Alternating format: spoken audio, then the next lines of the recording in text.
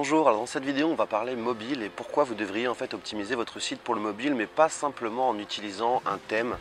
Il y a des thèmes par exemple effectivement WordPress qui sont compatibles pour le mobile, il y en a un notamment très connu que beaucoup de gens utilisent, mais ça suffit pas. C'est pareil, par exemple moi j'utilise le thème OptimizePress, donc qui est compatible mobile quand on fait des pages etc.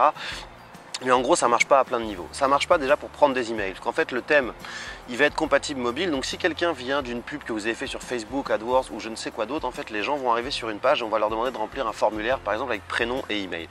Quasiment personne ne va se donner la peine de cliquer sur un champ et avec le clavier de son téléphone de remplir un prénom et un email. Donc ça marche pas. Donc la première chose, si vous voulez faire en fait adapter vraiment votre site sur mobile, vous devez en passer par un bouton Facebook Connect.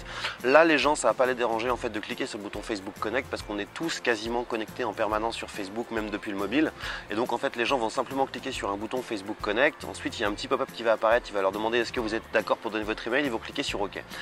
Ça c'est la première chose. La deuxième chose, si vous avez un site e-commerce ou si vous vendez des produits en fait sur mobile, vous ne pouvez pas là encore dire aux gens d'aller remplir un long formulaire avec nom, prénom, adresse postale, etc. et remplir le moyen de paiement sur mobile.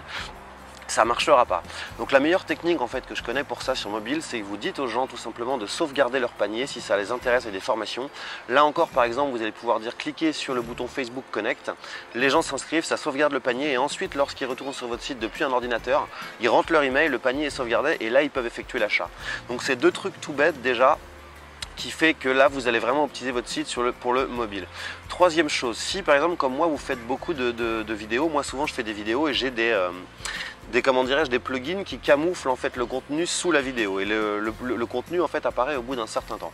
Bon bah si vous faites ça sur mobile, ça ne marchera pas. De la même manière, si vous avez par exemple, donc je vais rester dans mon exemple de vidéo, si j'ai une page de vente assez longue sur internet, l'idéal étant de l'optimiser pour mobile avec simplement une vidéo et quelques infos, parce que personne sur un petit écran de téléphone ne va scroller comme ça pendant des heures, j'ai envie de dire, pour lire la page de vente. Donc les thèmes, on va dire, qui sont compatibles mobile, ça marche dans un premier temps, mais idéalement, soit vous le faites vous-même, soit vous passez par un prestataire. À un moment donné, il faut se mettre derrière un Photoshop, il faut prendre toutes les étapes en fait de votre site. Donc vous prenez par exemple un parcours classique, landing page, page de vente, page tarif, paiement.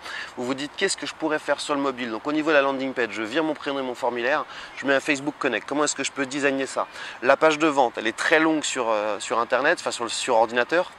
Comment est-ce que je peux faire pour faire une page de vente courte sur le mobile? Et ensuite au niveau de l'achat, je ne vais pas essayer de vendre, de dire aux gens de remplir leur numéro de carte bancaire, etc. sur un téléphone. Comment est-ce que je pourrais faire pour leur permettre de sauvegarder tout ça et de revenir plus tard?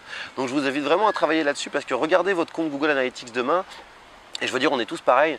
On constate aujourd'hui qu'on a facilement 30 à 50% de notre trafic, si ce n'est pas plus, qui vient du mobile. Le problème, c'est que moi j'ai pu le constater, il ne se passe aucune conversion depuis le mobile. Personne ne va aller acheter mes produits depuis le mobile. Personne ne va remplir un formulaire avec son prénom et son email depuis le mobile. Donc c'est vraiment dommage de mettre des actions d'acquisition en place et ensuite de se passer de la conversion. Comme je dis souvent, ça ne sert à rien de faire venir 1 million de trafic sur votre site si derrière ça ne convertit pas et qu'il ne se passe rien. Donc je vous invite vraiment à travailler là-dessus.